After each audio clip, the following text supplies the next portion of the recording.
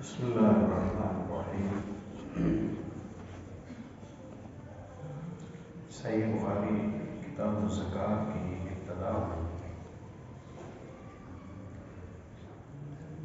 بخاری کی شرح میں علامہ ابن حجر رحمۃ اللہ علیہ نے ایک تابعی عبداللہ المشکری کا قول کر دیا ہے۔ کہتے ہیں کہ میں کوفے آیا، کوفے کی مسجد میں گیا، وہاں ایک صحابی رسول ابن المطفل تشریف فرما ہے۔ حلقہ احباب میں چند لوگ وہاں بیٹھے ہوئے ہیں اور وہ ہمیں رسول اللہ صلی اللہ علیہ وسلم کے ساتھ پہلی ملاقات کا قصہ سنا رہے تھے۔ انہوں نے واقعہ بیان کرتے ہوئے کہا کہ ہم لوگ مسلمان تو ہو گئے تھے، لیکن ہم نبی مکرم صلی اللہ علیہ وسلم کی زیارت سے محروم تھے۔ شوق تھا کہ آپ صلی اللہ علیہ وسلم کی زیارت کریں، آپ کو دیکھیں۔ آنے جانے والے لوگوں سے ہم آپ صلی اللہ علیہ وسلم کا حلیہ، قد کاٹ، رنگ ڈھنگ، آپ صلی اللہ علیہ وسلم کے اوصاف کے متعلق پوچھتے رہتے تھے۔ تو ایک تصور ہمارے ذہنوں میں پیارے نبی صلی اللہ علیہ وسلم کی شخصیت کا بن چکا تھا۔ اللہ کا کرنا مکہ فتح ہوا، پہلے سال آپ صلی اللہ علیہ وسلم نے عطار کو امیر حج بنایا، اگلے سال آپ نے صدیق کو امیر حج بنایا، اور آپ نے حج کے موقع پر ہی اعلان کرا دیا کہ اگلے سال یعنی نبوت ہجرت کے 10ویں سال ہم بذات خود حج کے لیے جائیں گے۔ تو جس کسی کی خواہش ہو کہ وہ محمد رسول اللہ صلی اللہ علیہ وسلم کے ساتھ حج کرے، وہ ابھی سے تیاری کرے، اگلے سال حج وہ ہمارے ساتھ کرے۔ ہم نے بھی رخت سفر باندھ لیا، حج شروع ہو گیا، لیکن رش بہت زیادہ تھا، اس لیے یوم ترویہ میں اور عرفہ کے دن میری نبی مکرم صلی اللہ علیہ وسلم سے ملاقات نہ ہو سکی۔ تیسرا دن ہے، مینا میں ہیں پیارے نبی صلی اللہ علیہ وسلم، اونٹنی قصبہ پر سوار ہیں آپ صلی اللہ علیہ وسلم، جمرات کے پاس ہیں آپ صلی اللہ علیہ وسلم کہ دور سے میری نگاہ محمد رسول اللہ صلی اللہ علیہ وسلم کے چہرے مبارک پر پڑی۔ آپ صلی اللہ علیہ وسلم کو دیکھ کر میں بے قابو سا ہو گیا۔ وہ صاحب تو سنے ہوئے تھے، تو وہی سکتے میں نے دیکھی پیارے نبی صلی اللہ علیہ وسلم کی۔ یہ زیارت ایک نبوی ہے نا، جو یہ بہت بڑا احساس ہے۔ اللہ سے دعا کیا کریں کہ اللہ تعالیٰ اپنا کرم فرمائے، ہمیں خواب میں ہی صحیح پیارے نبی صلی اللہ علیہ وسلم کی زیارت کا شرف نصیب فرما دے۔ من رآنی فی المنام فکأنما رآنی فإن الشیطان لا یتمثل بی۔ جس نے مجھے خواب میں دیکھا، یوں سمجھو اس نے مجھے اصل میں دیکھا۔ شیطان میری شکل میں ڈھل کر خواب میں نہیں آ سکتا۔ اللہ اکبر۔ اس کے لیے درود پاک کثرت سے پڑھا کرے۔ جو شخص کثرت درود پاک پڑھتا ہے، کہا جاتا ہے کہ بالآخر اللہ اسے پیارے نبی صلی اللہ علیہ وسلم کی زیارت نصیب کر دیتا ہے۔ اللہ ہمیں خوش نصیبوں میں کرے، اور ہم بھی نبی مکرم صلی اللہ علیہ وسلم کو قیامت سے پہلے جیتے جی عالم رؤیا میں دیکھیں، ایمان کی تازگی اللہ میں نصیب فرمائے۔ میں رش کی پرواز کیے بغیر آپ صلی اللہ علیہ وسلم کی طرف بڑھنے لگا، دھکم ڈیل کرنے لگا۔ لوگوں نے مجھے ہٹانا شروع کیا، وہاں بھگدڑ مچی، شور شرابہ ہوا۔ تو پیارے نبی صلی اللہ علیہ وسلم کی نگاہ مبارک مجھ پر پڑی۔ آپ صلی اللہ علیہ وسلم نے فرمایا، لگتا ہے اس بندے کو کوئی ضروری کام ہے، اس کا راستہ کھول دو، اسے آنے دو۔ آنے دیا گیا، میں آ گیا۔ آ کر پیارے نبی صلی اللہ علیہ وسلم کی اونٹنی کی مہار کو میں نے پکڑا اور میں نے آپ صلی اللہ علیہ وسلم سے عرض کیا کہ اللہ کے نبی مجھے نجات کا راستہ سکھائیں، ایسا کام کہ جس کے بدلے میں جنت میں داخل ہو جاؤں اور جہنم سے بچ جاؤں۔ میرا یہ سوال سنا پیارے نبی صلی اللہ علیہ وسلم نے تو آپ خاموش متفکر کچھ دیر کے لیے خاموش رہے، اور ابن حجر رحمہ اللہ نے لکھا ہے کہ آپ صلی اللہ علیہ وسلم کچھ دیر آسمان کی طرف دیکھتے رہے۔ عربی ہے، دیہاتی ہے، اتنا صاحب فکر ہے کہ اسے ملاقات کا موقع ملا تو اتنا ستھرا سوال کیا۔ پیارے بھائیوں، مثبت اور ستھرے سوال کرنا یہ ہدایت کی نشانی ہے، اور گندے اور تشویش کے متعلقہ سوالات کرنا یہ نظریے کی خرابی کا پیش خیمہ ہے۔ عمدہ سوالات کیا کریں، ان پر رسول اللہ صلی اللہ علیہ وسلم خوشی کا اظہار کرتے تھے۔ آپ نے فرمایا کہ کنت اوجزت فقد احسنت، تو نے مختصر سوال کیا ہے لیکن بہت عمدہ سوال ہے تیرا سوال بڑا اچھا ہے۔ پھر آپ صلی اللہ علیہ وسلم نے فرمایا کہ اگر تو جنتی بننا چاہتا ہے اور جہنم سے محفوظ رہنا چاہتا ہے تو اس کے لیے میں اختصار کر رہا ہوں، اس کے لیے تو یہ کر کہ ارکان اسلام پورے کر۔ یہ ہماری تیسری آپ کے ساتھ ملاقات ہے اور تیسری مجلس ہے۔ اس میں آپ کو قیامت کے دن کے پیپر کے ضروری لازمی سوالات حل کرنے کا طریقہ سکھانا چاہتا ہوں۔ اب آپ اختیاری سوالات 10 کرائیں اور لازمی سوالات حل نہ کریں تو آپ کا نتیجہ ٹھیک نہیں نکلے گا۔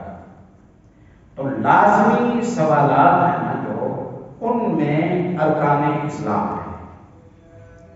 اسلام کے 5 ارکان پورے کریں، اسلام کے خوشی پورے کریں، لگن رغبت کے ساتھ پورے کریں، اولین سر فہرست لوگوں میں پورے کریں، اس میں کوتاہی نہ کریں، اس میں کوتاہی نہ کریں۔ جو اس بنیاد پر نہیں ہوتا اور وہ نفلی کام زیادہ کرتا رہتا ہے، اس کے نفلی کام اس کے لیے کوئی حیثیت نہیں رکھیں گے۔ لازمی کام ارکان اسلام ہے۔ ارکان اسلام 5 ہیں۔ ارکان اسلام، پہلا کلمہ پڑھنا ہے، وہ آپ پڑھ چکے ہیں۔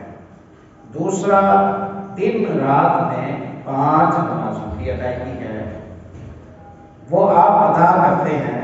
اس کو بر وقت شوق سے، خلوص نیت کے ساتھ پوری نماز سنت کے مطابق ادا کرنے کا اہتمام کریں۔ تیسرا، رمضان المبارک کے 30 روزے ہوں تو 30 پورے کریں، 29 ہوں تو 29 پورے کریں۔ چوتھا، اگر زکوٰۃ بنتی ہے آپ کے ذمہ تو کھلے دل کے ساتھ بنتی 10 ہے تو آپ 11 لگا دیں، آپ اس کو 9.5 نہ کریں۔ کھلے دل کے ساتھ، پھنسی ہوئی رقمیں اور حساب کی خرابیاں ان سے بچتے ہوئے، سخاوت کے ساتھ حساب کرتے ہوئے زکوٰۃ کی ادائیگی فکر کے ساتھ کریں۔ اور چوتھا، زندگی میں 5واں زندگی میں 1 مرتبہ اللہ پاک کے گھر کی زیارت کرائیں، حج بیت اللہ کرائیں۔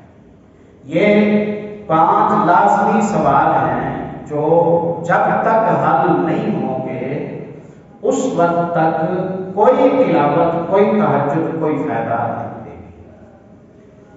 جو کوئی یہ 5 کام پورے کرے رسول اللہ صلی اللہ علیہ وسلم اسے مسلمان مانتے تھے۔ بخاری کی کتاب الایمان میں حدیث آتی ہے نا، مسلم وغیرہ میں بھی ہے، امرت ان اقاتل الناس حتی یقولوا لا الہ الا اللہ، یہ دوسری حدیث میں حتی یشہدوا ان لا الہ الا اللہ، اللہ نے مجھے جنگ لڑنے کا حکم دیا ہے لوگوں کے خلاف۔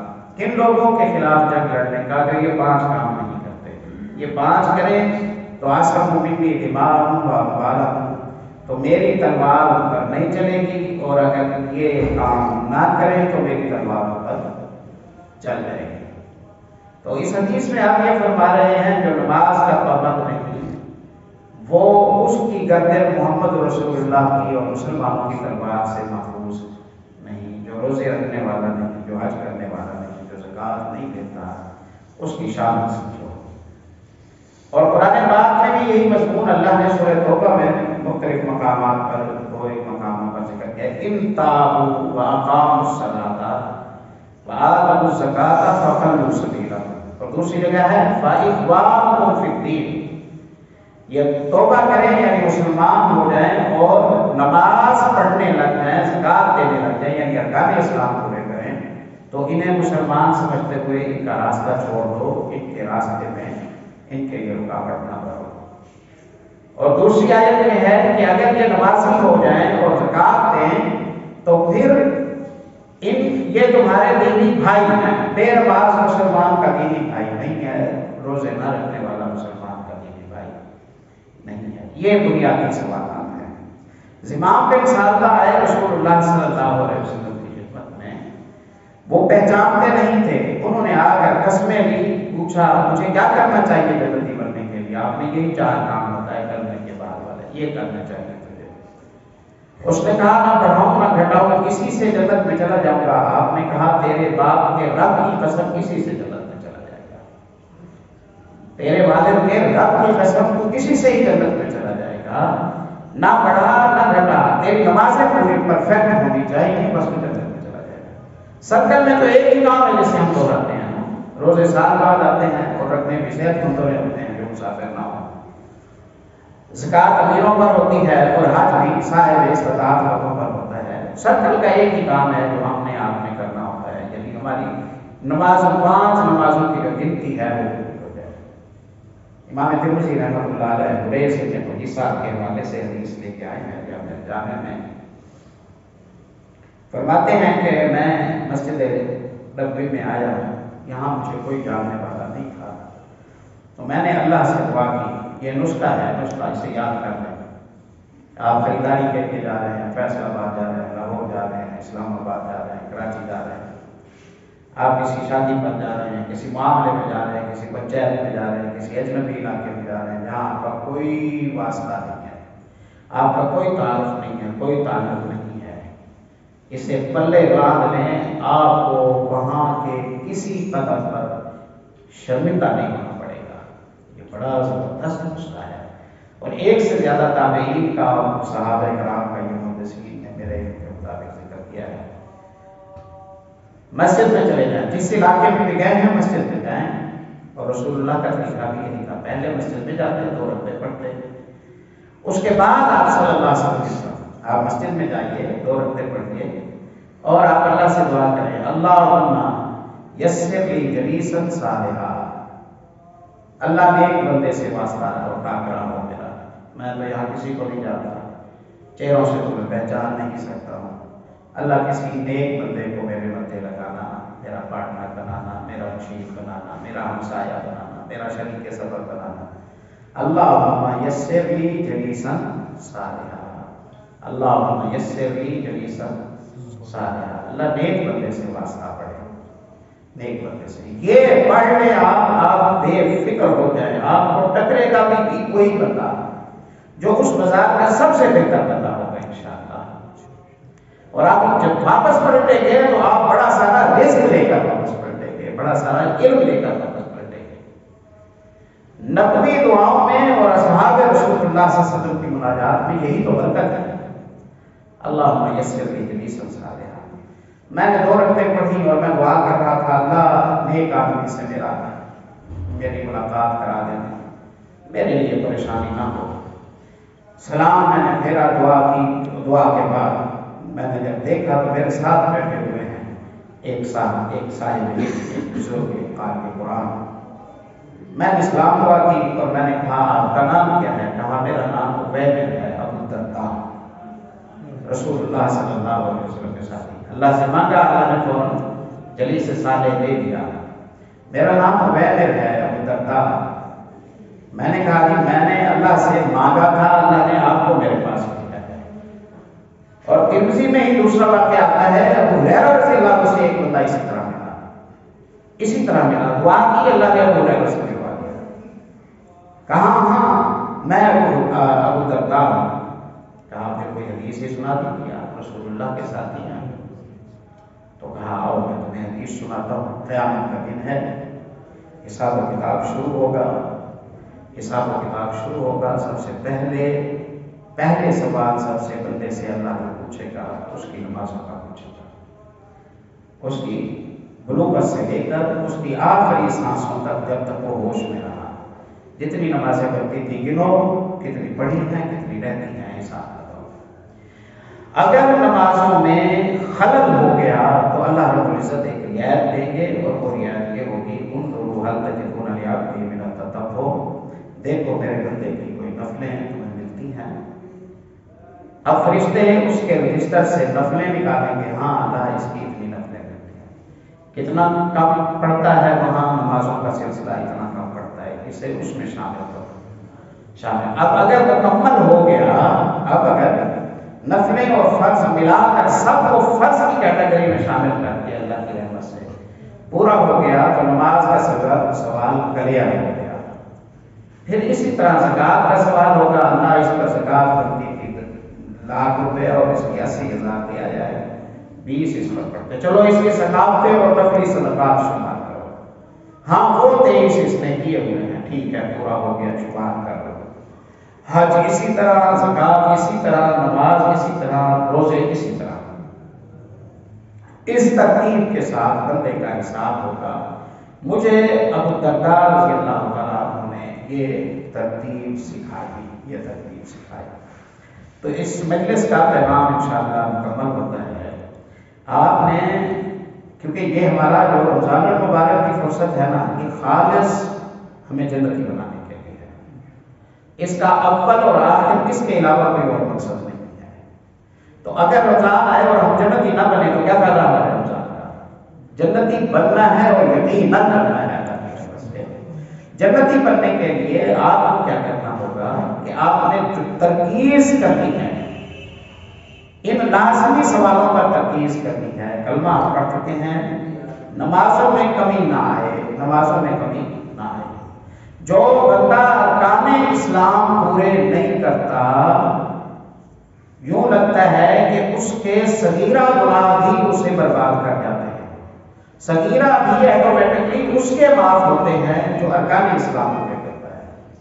تو ہم نے کیا کرنا ہے، ہم نے نمازوں کی فکر کرنی ہے۔ آئندہ زندگی کے لیے انشاءاللہ یہ ترتیب بنا لیں کہ سفر میں ہوں یا حضر میں ہوں، جس حالت میں ہوں، ہوش میں ہیں آپ تو آپ کی 24 گھنٹوں میں 5 باجماعت نمازوں کی گنتی پوری ہونی چاہیے۔